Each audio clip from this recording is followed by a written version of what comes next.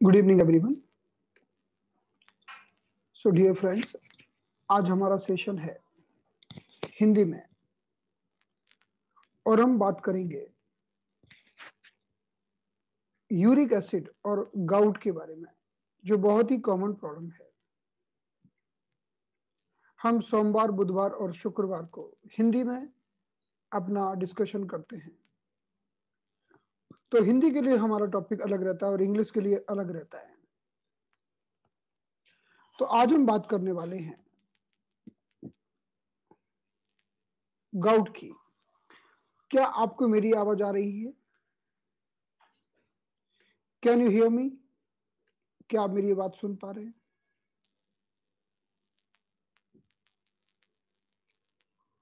Okay okay, fine. तो चूंकि gout का टॉपिक काफी बड़ा है, तो हम थोड़ा सा आज समझेंगे, क्योंकि आज है बुधवार और बाकी हम समझेंगे परसों, क्योंकि गाउट का टॉपिक काफी बड़ा टॉपिक है। तो चलिए इसका डिस्कशन प्रारंभ करते हैं। देखिए, आवाज ठीक आ रही है। अगर आपको आवाज नहीं आ रही है तो आपको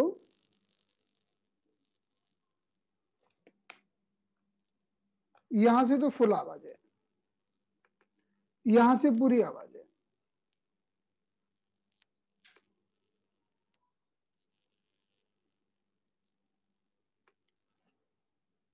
अगर आपको आवाज कम आ रही है तो आप ईयरफोन का प्रयोग कर सकते हैं। तो हम बात कर रहे हैं गाउट की।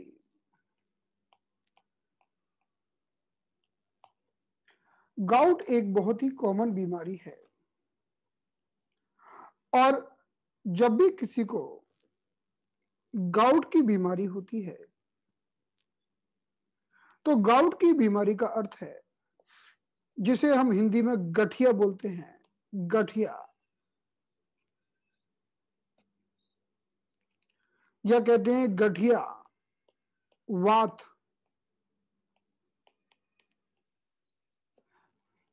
मुख्य रूप से ये बीमारी हमारे पैर के अंगूठे में होती है। अगर हमारा ये पैर का अंगूठा है तो मुख्य रूप से ये बीमारी पैर के अंगूठे में होती है।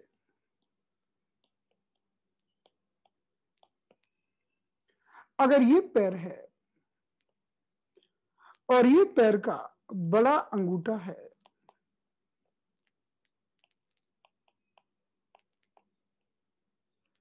तो मुख्य रूप से गाउट की बीमारी इस अंगूठे में पाई जाती है।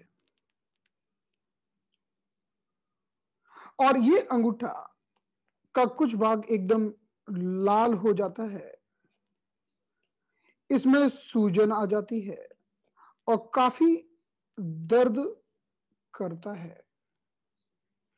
ऐसा इस भाग में जमा होने वाले यूरिक एसिड के कारण होता है। तो जब यूरिक एसिड हमारे ब्लड में जरूरत से ज्यादा बढ़ जाता है तभी ये गाउट की बीमारी होती है। तो गाउट का अर्थ है कि हमारे ब्लड स्ट्रीम में और हमारे ब्लड स्ट्रीम में यूरिक एसिड की मात्रा बढ़ना और फिर जॉइंट्स के अंदर यूरिक एसिड की क्वांटिटी बढ़ जाना। अब यूरिक एसिड क्या होता है, तो थोड़ा सा यूरिक एसिड को समझना जरूरी है। क्या यूरिक एसिड होना जरूरी है? तो जब भी हम किसी पेशेंट की रिपोर्ट देखते हैं और पेशेंट अपनी रिपोर्ट लेके आता है, उसमें हीमोग्लोबिन लिखा होता है, WBC काउंट लिखे होते हैं, ऐसे ही यूरिक एसिड लिखा होता है। तो यूरिक एसिड की मात्रा कितनी होना चाहिए, जो नॉर्मल मात्रा, वो कितनी होना चाहिए? कि कहते हैं कि मेल में 4 से लेके 7.5 तक की मात्रा होना चाहिए, 4 से लेके 7 तक की। हालांकि इसमें यूनिट को जोड़ना भी जरूरी है। और अगर हम फीमेल की बात करें तो रेंज लगभग वही, लेकिन 3 से लेके 7 तक। अब मुख्य रूप से याद रखने की बात यह है कि जब यूरिक एसिड की मात्रा 6 को पार करती है, चाहे मेल हो फीमेल हो, तो उसके लक्षण पैदा होने चालू हो जाते हैं। सिर्फ 6 को ही पार करती हो तो गाउट का मतलब क्या है? गाउट का मतलब है कि high uric acid in blood, हमारे ब्लड के अंदर यूरिक एसिड की मात्रा का बढ़ जाना, और सोडियम यूरेट, इसमें जो पार्टिकल होते हैं जिन्हें हम कहते हैं sodium urate, sodium urate crystals का हमारे जॉइंट्स में जमा हो जाना, यानी हमारे जॉइंट्स के अंदर एक बारीक बारीक क्रिस्टल जमा हो जाते हैं जिन्हें हम कहते हैं सोडियम यूरेट के क्रिस्टल। और जब ये जॉइंट्स में जमा होते हैं तो दर्द पैदा करते हैं। अब इसके बारे में हम धीरे धीरे थोड़ा सा और समझेंगे। तो जब किसी के जॉइंट्स में यूरिक एसिड जम जाता है और वो पेन करता है, स्वेलिंग पैदा करता है, इसी घटना को हम कहते हैं गाउट। ज्यादातर ये बीमारी मेल्स में देखने को मिलती है और बहुत ही रेयरली और कम मात्रा में फीमेल्स को देखने को मिलती है। हालांकि मेल फीमेल दोनों को हो सकती है, पर एडल्ट मेल को ये ज्यादा देखने को मिलेगी, और फीमेल्स में अगर होगी भी तो एक उम्र के बाद होगी, मेनोपोज के बाद होगी। तो जैसे ही हमारे पास एक पेशेंट आया, उसने कहा कि डॉक्टर साहब हमको गठिया बाह है, हमको काफी दर्द हो रहा है, जॉइंट्स में काफी पेन हो रहा है। तो चलिए मैं आपको एक दो पेशेंट की इमेज दिखाता हूं, तो आपको समझ में आएगा कि आखिर ये देखने में कैसा होता है।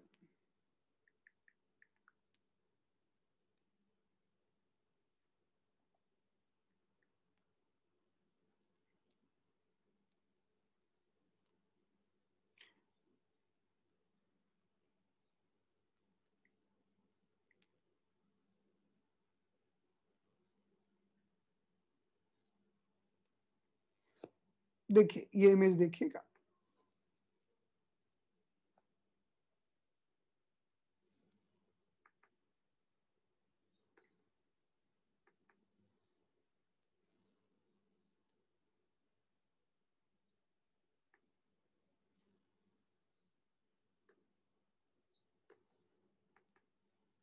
तो जरा इस इमेज को देखिए आप। इस पेशेंट का अंगूठा देखिए, अंगूठा एकदम लाल हो गया है। आप देख सकते हैं एकदम लाल, जैसे किसी ने लाल रंग लगा दिया हो, और काफी सूजन है। आप इस तरह के अंगूठे को टच भी नहीं कर सकते। अगर आपने टच भी किया तो भी पेशेंट चिल्लाएगा। और आप दूसरी इमेज में देख सकते हैं कि कैसे यूरिक एसिड के क्रिस्टल्स जमा हुए हैं। ऐसे हमारे जॉइंट्स के अंदर ये क्रिस्टल जमा हो जाते हैं, और इन्हीं क्रिस्टल को हम सोडियम यूरेट या मोनोसोडियम यूरेट कहते हैं। ये मुख्य रूप से प्रोटीन के बने होते हैं और प्रोटीन के पाचन से पैदा होते हैं। तो हमारे मुख्य रूप से तो पैर के अंगूठे वाले जॉइंट्स में ही जमा होते हैं, ये सबसे मुख्य साइट है इसकी। लेकिन ये उंगलियों में भी आ सकते हैं, और कभी कभी तो ये जमा होते होते क्रिस्टल इतने मोटे हो जाते हैं कि उंगलियों में मूवमेंट करने की भी जगह नहीं बचती। तब हम इन्हें कहते हैं टॉफी। टॉफी यानी TOPHI, टॉफी। तो टॉफी का अर्थ होता है कि अब तो इतने जम गए कि उंगलियां भी टेढ़ी होने लग गई। तो हाथ की उंगलियां भी टेढ़ी हो सकती हैं और पैर की उंगलियां भी टेढ़ी हो सकती हैं। आप देखिए किस तरह से यह टॉफी का निर्माण हुआ है, और कभी कभी यह टॉफी फट जाती है तो इस तरह का एक गोल्डन कलर का, पीले रंग का मटेरियल भी बाहर आता है। यह सब यूरिक एसिड के केसेस में होता है। हमारे क्लिनिक में यूरिक एसिड के पेशेंट बड़े कॉमनली आते हैं। यह ट्रॉफी है, यह यूरिक एसिड के क्रिस्टल ने जमा हो के जॉइंट्स में टॉफी का निर्माण कर दिया है, और यह टॉफी हमारे शरीर के कई भागों में पैदा हो सकती है। अब मैं आपको शरीर के कुछ भाग दिखाता हूं टॉफी वाले। पहले मैं आपको दिखाता हूं कि कभी कभी लोगों को जो घुटने का, जब घुटने में यूरिक एसिड का प्रभाव, गाउट का प्रभाव आता है तो घुटना ऐसा रेड हो जाता है। आप देख सकते हैं ये घुटने में। हालांकि सबसे ज्यादा प्रभाव तो हमारे पैर के अंगूठे में ही आता है, लेकिन शरीर के अन्य भागों में भी पाया जा सकता है, जैसे कि घुटने में।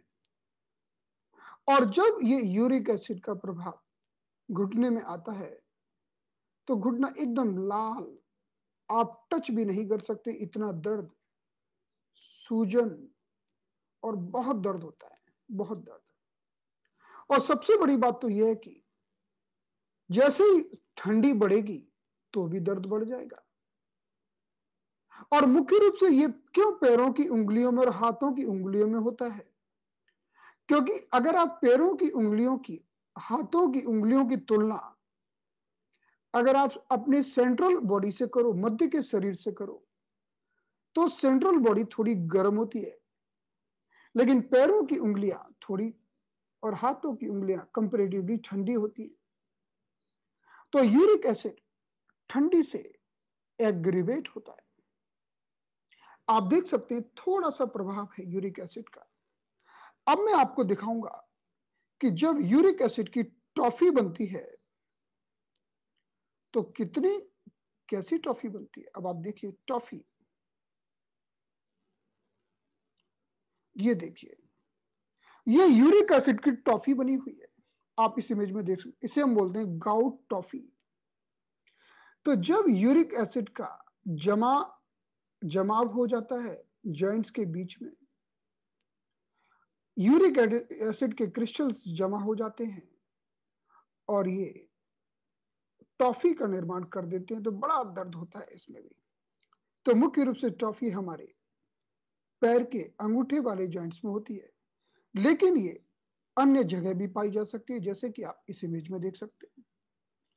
हमारी इस, आप देख सकते हैं कि कितने सारे छोटे छोटे लम्प्स हैं, और ये लम्प्स सब कुटेनियस होते हैं, स्किन के नीचे होते हैं, और मुख्य रूप से एल्बो के पास तो बड़े कॉमनली पाए जाते हैं। कई पेशेंट्स को ये एल्बो के पास भी टॉफी देखने को मिलती है। आप देखिए इसके हाथ कैसे हो गए, ये सब यूरिक एसिड क्रिस्टल्स हैं और बड़ा पेन होता है। ये सारे टॉफी है, ये देखिए, ये यूरिक एसिड की टॉफी है, और इसमें जो यूरिक एसिड होता है वो अंदर पीले रंग का होता है। और ये टॉफी हमारे शरीर के अन्य भागों में भी हो सकती है। अगर आप देखें तो ये टॉफी कान में भी बहुत सारे पेशेंट्स को देखने को मिलती है। आप देख सकते हैं कि अगर आपने कई किसी पेशेंट को देखा हो, उसके कान में भी ये यूरिक एसिड की टॉफी बन जाती है। ये सब यूरिक एसिड पार्टिकल्स हैं, ये देखिए। तो पेशेंट को समय समय पर ये बड़ा दर्द पैदा करती है। आप देख सकते हैं ये toffees, these are the toffees.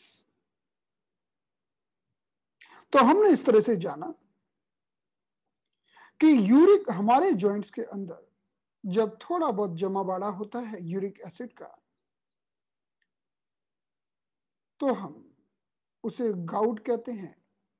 लेकिन जब ये बढ़ जाता है घुटने को, हमारे जॉइंट्स को पकड़ लेता है तो हम उसे गाउटी आर्थराइटिस कहते हैं।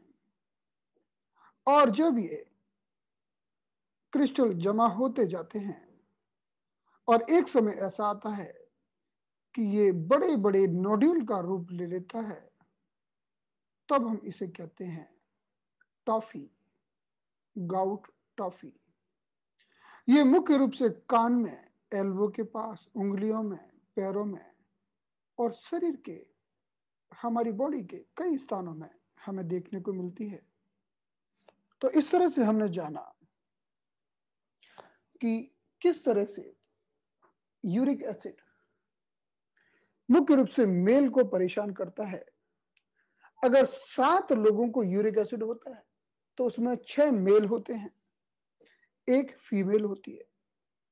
तो फीमेल को यह बीमारी थोड़ी कम देखने को मिलती है, फीमेल्स में कम पाई जाती है और ज्यादातर यह बीमारी 30 साल के बाद ही होती है, लेकिन कभी कभी पहले भी देखने को मिल जाती है।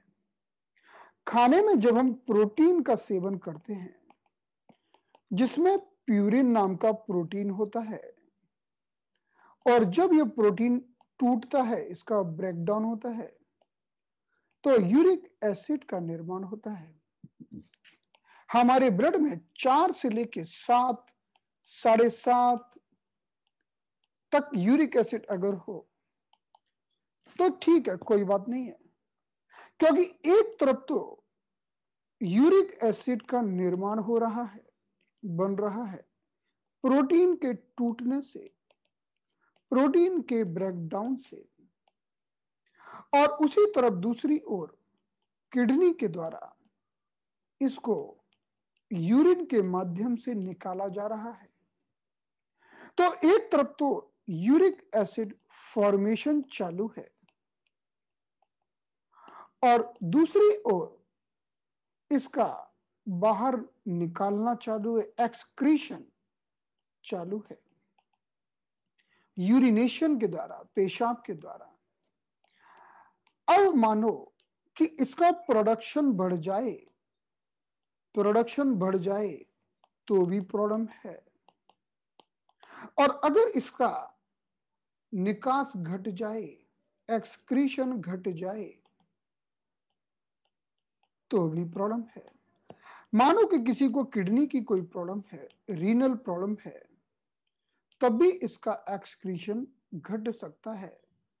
और कोई जरूरत से ज्यादा मात्रा में प्रोटीन का सेवन करता है जबकि उसके अंदर टेंडेंसी है, तो भी इसकी मात्रा गड़बड़ा जाती है।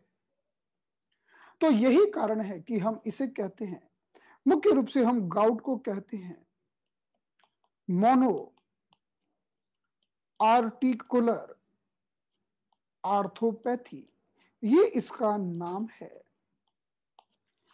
क्योंकि इसमें मोनो का मतलब है मोनो, सोडियम यूरेट के क्रिस्टल जमा होते हैं। ये क्रिस्टल का नाम है, जो प्रोटीन के क्रिस्टल होते हैं उन्हें हम कहते हैं मोनोसोडियम यूरेट। ये प्रोटीन के जो क्रिस्टल होते हैं वो हमारे जॉइंट्स में जमा होने लगते हैं, और इनके जॉइंट्स में जमा होने के कारण ही गाउट नाम का रोग होता है।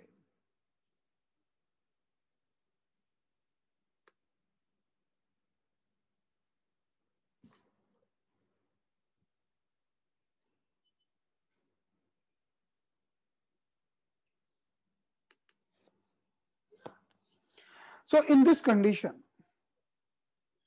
अगर हम ये बात करें कि या तो यूरिक एसिड का फॉर्मेशन बढ़ जाए या इसका एक्सक्रीशन घट जाए, दोनों ही कंडीशन में यूरिक एसिड की मात्रा जब ब्लड में बढ़ने लगती है, ब्लड स्ट्रीम में बढ़ जाती है, तब गाउट का केस बनता है। तो गाउट या गाउटी आर्थराइटिस, टॉफी, टॉफी यानी चॉकलेट। अब गाउट के क्रिस्टल इतने जमा हो गए कि जमा होते चले गए तो टॉफी जैसे बन गए, तो इसे हम कहते हैं गाउट। इसके क्या कारण है? What is the reason?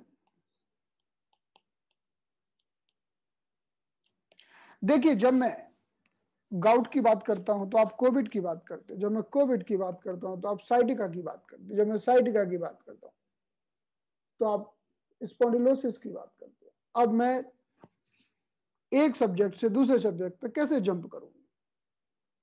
तो अभी हम जो डिस्कस कर रहे हैं आपको इसी डिस्कशन में रहना होगा, है ना। अभी हम टॉपिक नहीं बदल सकते अपना।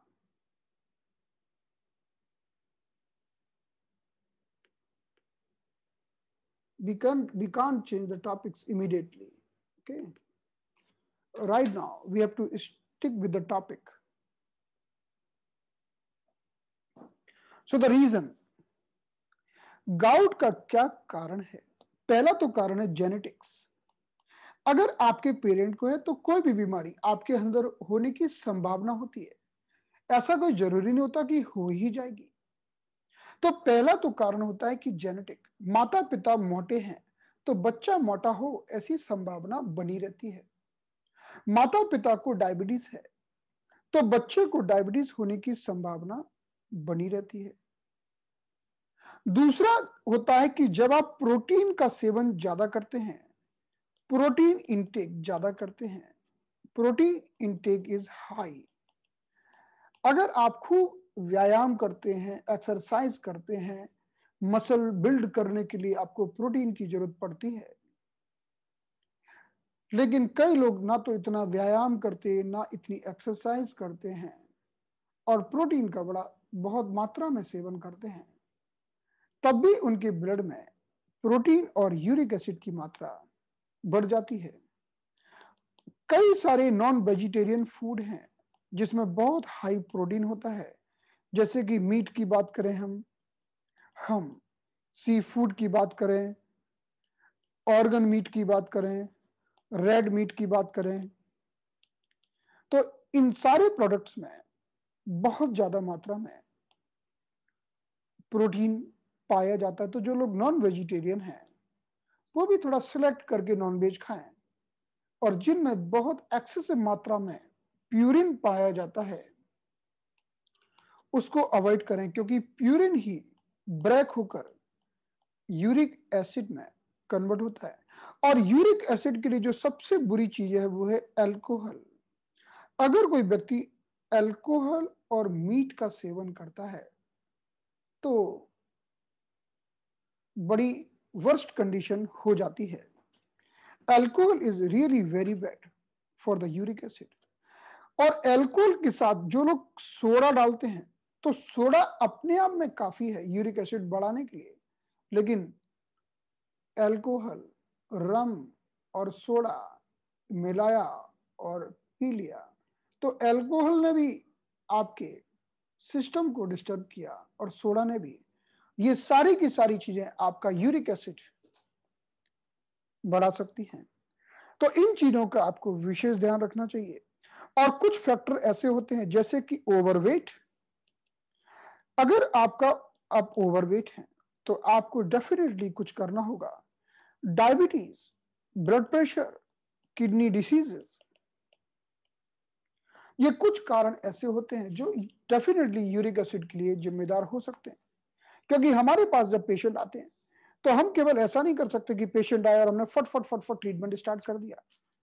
अगर उसे कोई प्रॉब्लम है तो हमें थोड़ा सा तो उसकी प्रॉब्लम पर फोकस करना होगा। गाउट कब बढ़ता है? जैसे एक व्यक्ति नॉर्मल था, उसका यूरिक एसिड हाई है, तो बहुत समय तक तो ये एसिम्टोमेटिक रहता है। एसिम्टोमेटिक यानी इसके कोई लक्षण नहीं आते, और सडनली थोड़ा सा ठंड बढ़ी, कोल्ड एक्सपोजर हुआ और उसको सीवियर पेन चालू हो गया। The severe pain in the joints,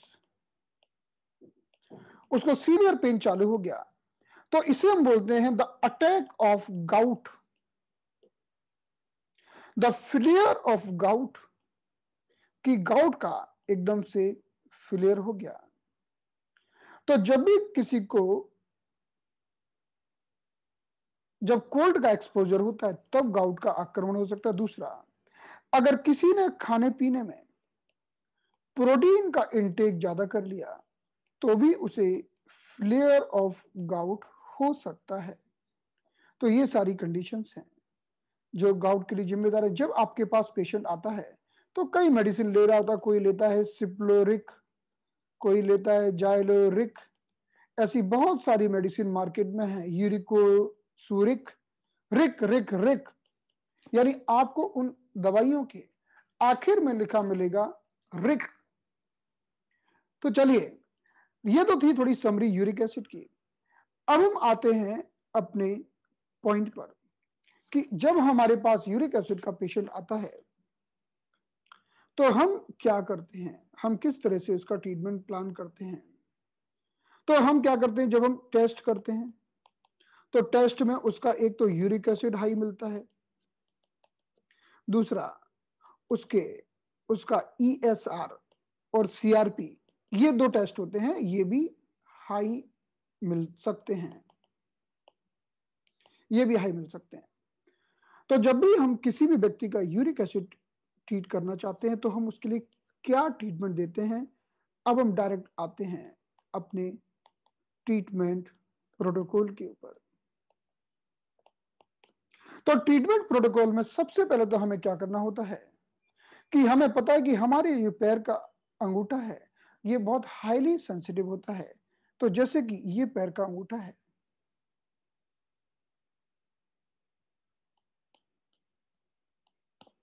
पैर के अंगूठे के इस तरफ से एक मेरिडियन जाता है जिसे हम स्प्लीन मेरिडियन कहते हैं, और पैर के अंगूठे से इधर एक मेरिडियन जाता है जिसे हम लिवर मेरिडियन कहते हैं। चलिए, इन दोनों मेरिडियन को हम इमेज में देख लेते हैं। आप अगर इस इमेज को देखें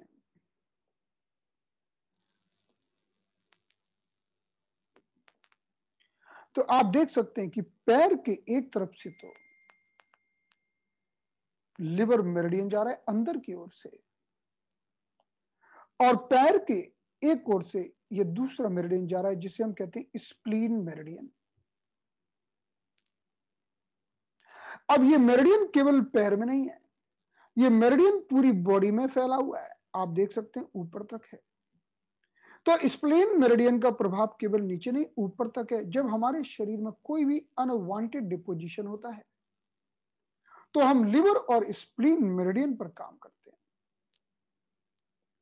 और स्प्लीन मेरिडियन का मुख्य अर्थ है हमारे शरीर में होने वाला कोई भी अनवांटेड डिपोजिशन। अगर हम शरीर में से किसी भी तरह का अनवांटेड डिपोजिशन निकालना चाहते हैं तो हम स्प्लीन मेरिडियन पर मुख्य रूप से काम करते हैं। तो चाहे तो उसको प्रॉब्लम ये अंगूठे के इस तरफ ही है या शरीर के किसी भी भाग में है, तो भी हम यहां पर स्प्लीन मेरिडियन के 3 बिंदुओं को लेते हैं, स्प्लीन 1, स्प्लीन 3 और स्प्लीन 5।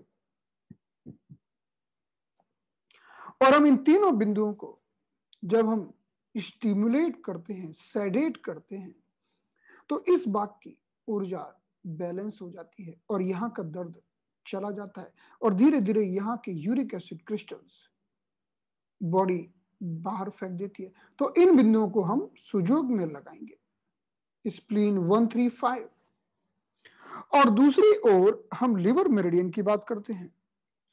अगर हम लिवर मेरिडियन की बात करें तो लिवर में भी हम 1 और 3 ये 2 बिंदु लगाते हैं। ये हमारी यूरिक एसिड का एक प्रोटोकॉल है। यानी हमने क्या किया कि स्प्लीन के 3 बिंदु ले लिए और लिवर के 2 बिंदु ले लिए और एक अंतिम बिंदु लिया जो घुटने के ठीक पीछे होता है। घुटने के ठीक पीछे पाए जाने वाला एक बिंदु है जिसे हम कहते हैं यूरिनरी ब्लैडर 40। इन 6 बिंदुओं की मदद से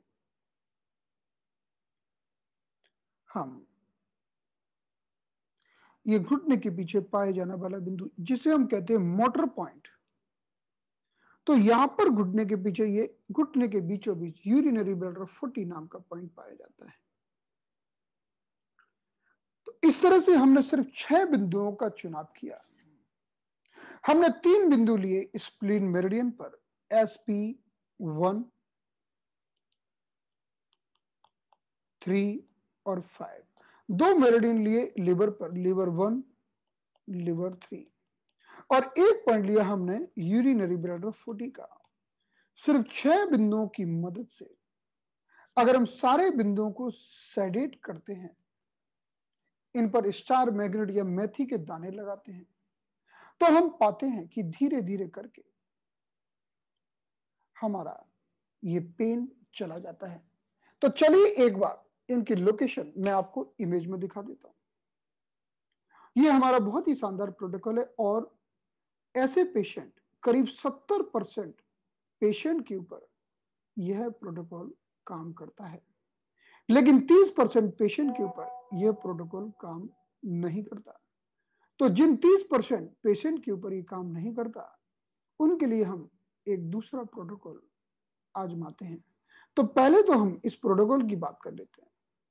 ये जो प्रोटोकॉल है, अब इसकी मैं आपको 1 मिनट बता देता हूं, 1 मिनट, कि इन पॉइंट्स को हम कहां पर स्टिमुलेट करते हैं। I will show you in the image, wait for a while.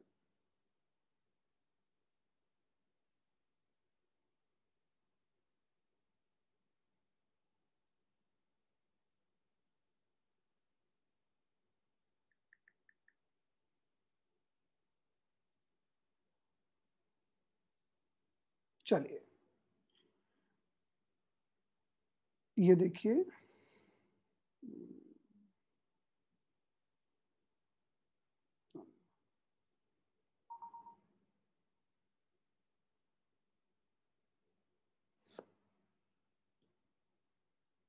So look at this image.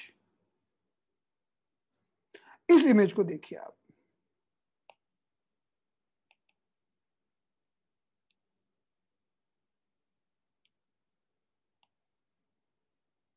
अब इस इमेज में सबसे पहले मैं आपको बताना चाहूंगा, आप देखिए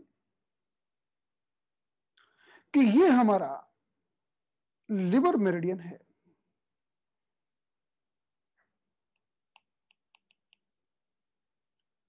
लिवर मेरिडियन, और ये जो बीच में से जा रहा है, जो बीच में से जा रहा है, वो हमारा स्प्लीन मेरिडियन है।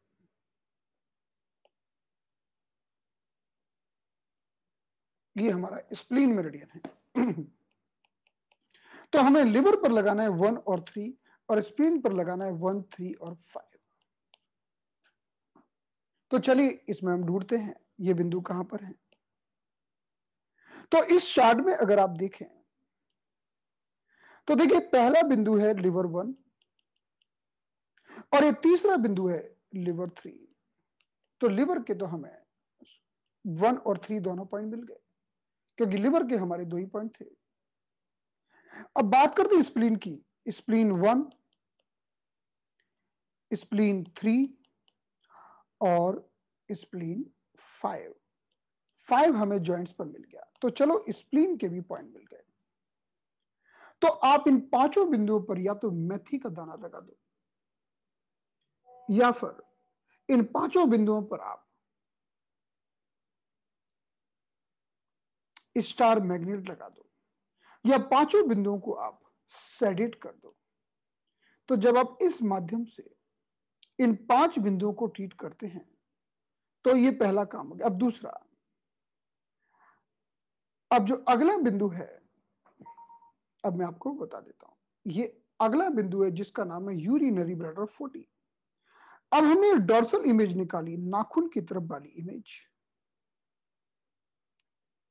तो ये नाखून की तरफ वाली इमेज में अब आप देखेंगे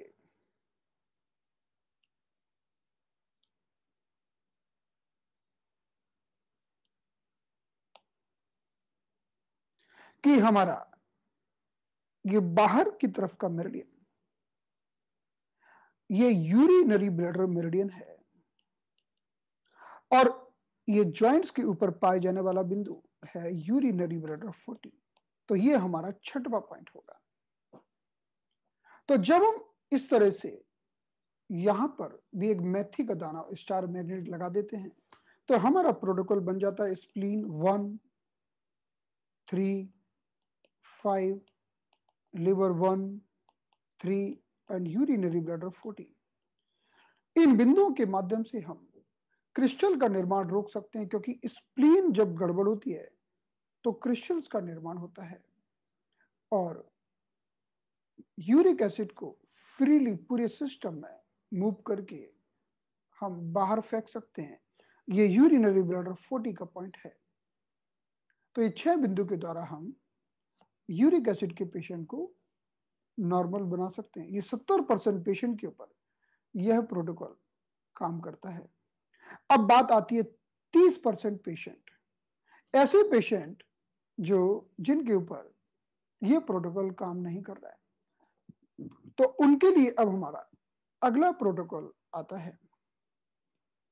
तो पहला तो प्रोटोकॉल हमारा ये हुआ, the protocol number 1 for gout, spleen 1, 3, 5, liver 1, 3, urinary bladder 40। इसमें बस एक बात ध्यान रखनी होगी, आपको कुछ लोकल पॉइंट्स भी लगाने होंगे। लोकल पॉइंट का अर्थ है कि अगर किसी को घुटने में तकलीफ है तो घुटने का एक जो सुजो करस्पॉन्डेंस पॉइंट होता है। अगर किसी को हाथ की उंगलियों में तकलीफ है तो वहां का लोकल पॉइंट। यह तो मुख्य बिंदु है, लेकिन एक लोकल पॉइंट्स भी लगेगा। तो इस तरह से हमारा प्रोटोकॉल पूरा हो जाएगा। अब इसमें ग्रुप नंबर प्रोटोकॉल नंबर 2 है। प्रोटोकॉल नंबर 2 जो 30% लोगों पर काम करता है, इस प्रोटोकॉल का है liver 247, gall bladder 21, 31, 34, 41 and spleen 245। ये लेफ्ट एंड राइट सारे पॉइंट को हम सेडेट करते हैं, और इस प्रोटोकॉल के द्वारा हम संपूर्ण शरीर के किसी भी भाग में जमा होने वाले यूरिक एसिड को नॉर्मलाइज कर सकते हैं। 1 मिनट।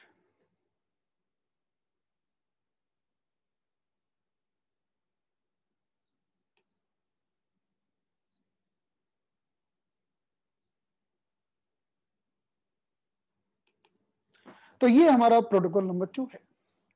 अब चलिए इस प्रोटोकॉल की बात भी कर लेते हैं एक बार।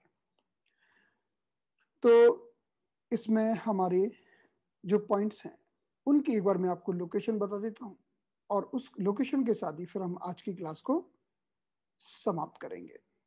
जिनको लोकेशन आती है वो तो बस डायरेक्टली इन पॉइंट्स को यूज कर सकते हैं। So look at this image.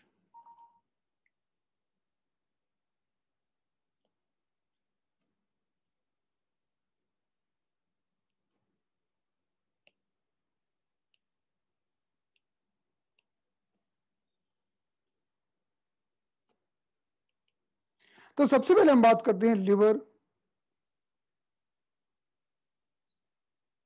सबसे पहले हम बात करते हैं लिवर 247 की। लिवर 247, तो ये हमारा लिवर मेरिडियन है। आप इसमें देखेंगे तो लिवर 2,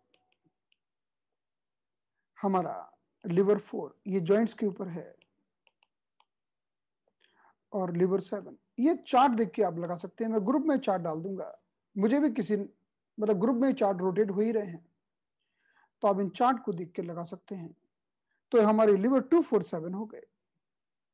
और स्प्लीन की अगर हम बात करें तो ये स्प्लीन 2,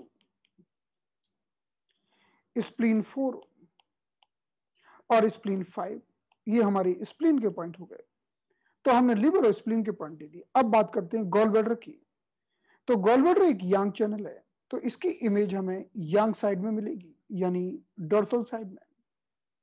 तो चलिए गॉल ब्लैडर की इमेज देख लेते हैं।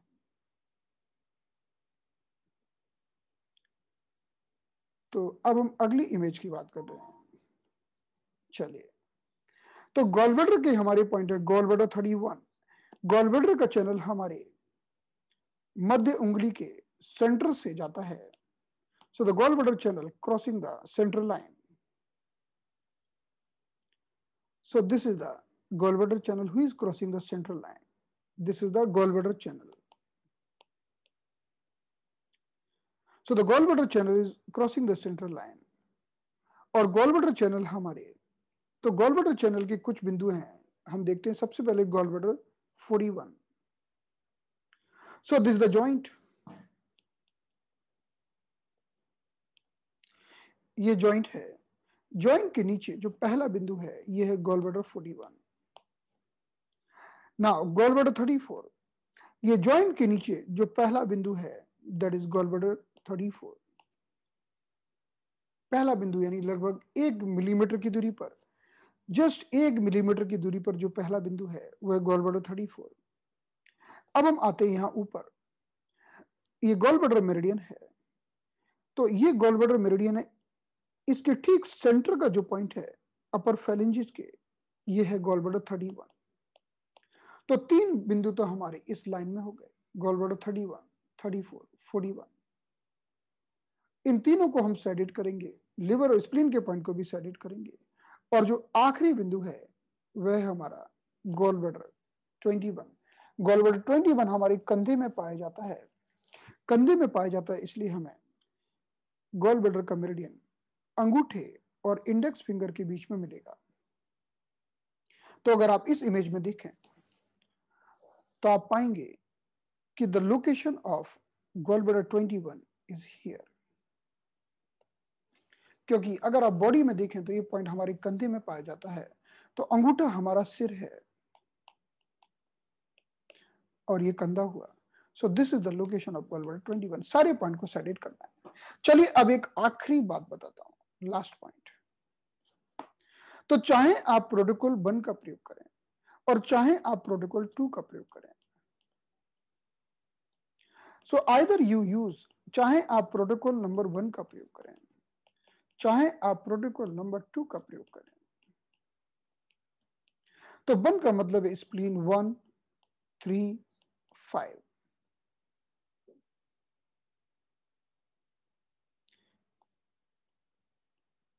One minute. तो 1 का मतलब है spleen 1, 3, 5, liver 1 and 3 and urinary bladder 40। और 2 का मतलब है, 2 का मतलब है लिवर 2, 4, 7, गॉल ब्लैडर 31, 34, 41, 21 और स्प्लीन 2, 4, 5। इनको भी सेडिट करना, इनको भी सेडिट करना। आप किसी भी प्रोटोकॉल का प्रयोग करें, लेकिन एक कॉमन पॉइंट प्रोटोकॉल है जो आपको दोनों के साथ लेना होगा, ताकि पूरे शरीर में जो होने वाले यूरिक एसिड के जमाव को रोका जा सके। ये पॉइंट है LI4, LI11, स्टमक 36, स्टमक 44 और यूरिनरी ब्लैडर 40। आप चाहे इस प्रोटोकॉल का प्रयोग करें, चाहे आप इस प्रोटोकॉल का प्रयोग करें, ये आपको कॉमनली दोनों के साथ यूज करना होगा। LI4 हमारा पेन किलर पॉइंट है जो किसी भी भाग में होने वाले दर्द को दूर करेगा। LI11 हमारे पाचन तंत्र को दुरुस्त करेगा। स्टमक 36 भी हमारे पाचन को ठीक करेगा। स्टमक 44 हमारे सिस्टम में से गर्मी को हटाएगा। और यूरिनरी ब्लैडर 40 हमारे यूरिनरी सिस्टम को बैलेंस करेगा। तो हमें ये 5 बिंदु इन दोनों प्रोटोकॉल के साथ यूज करने हैं। तो चलिए एक बार इन 5 बिंदुओं की लोकेशन क्विकली देख लेते हैं और उसके साथ ही हमारा यूरिक एसिड का क्लास समाप्त हो जाएगा।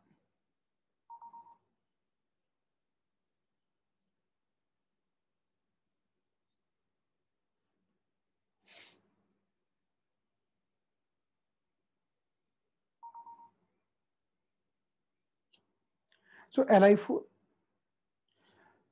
अगर आप इस इमेज में देखें तो Li4 की लोकेशन कहां है? ये Li मेरिडियन है, ये जॉइंट है। इस जॉइंट के ठीक पहले 1 मिलीमीटर पहले ये Li4 है। ये पेन किलर पॉइंट हो गया जिस पर हम सेडेशन करके या स्टार मैग्नेट लगाकर ठीक कर सकते हैं। फिर ये दूसरा जॉइंट हो गया, इस जॉइंट पर हमारा है Li11। आप इस इमेज में देखकर इन पॉइंट को लगा सकते हैं। अब हम मिडिल फिंगर में आ जाते हैं। तो मिडिल फिंगर में इस तरफ है हमारा स्टमक मेरिडियन, स्टमक। तो मिडिल फिंगर में अगर आप बीच वाले जॉइंट से बस 1 पॉइंट नीचे आ जाइए, 1 मिलीमीटर नीचे, तो ये आपका स्टमक 36 है। और एकदम लास्ट में आ जाओ तो ये 45 नंबर का पॉइंट है और इसके ठीक पहले 44 नंबर का पॉइंट है। हमारा टारगेट है 44। तो हमारा स्टमक मेरिडियन 45 पर खत्म होता है। उससे ठीक पहले का जो बिंदु है वो है 44, स्टमक 44। स्टमक 44 हमारे सिस्टम को कूल कर देता है क्योंकि यह वाटर पॉइंट है। और अभी अभी हमने समझा ये हमारा यूरिनरी ब्लैडर मेरिडियन है और इसके बीच के जॉइंट्स के ये कॉर्नर में पाए जाने वाला पॉइंट है यूरिनरी ब्लैडर 14। तो बस आप इतना करके इन बिंदुओं पर मैग्नेट लगाकर आप यूरिक एसिड्स की प्रॉब्लम को रिजॉल्व कर सकते हैं। सारे पॉइंट्स सेडेड करना है।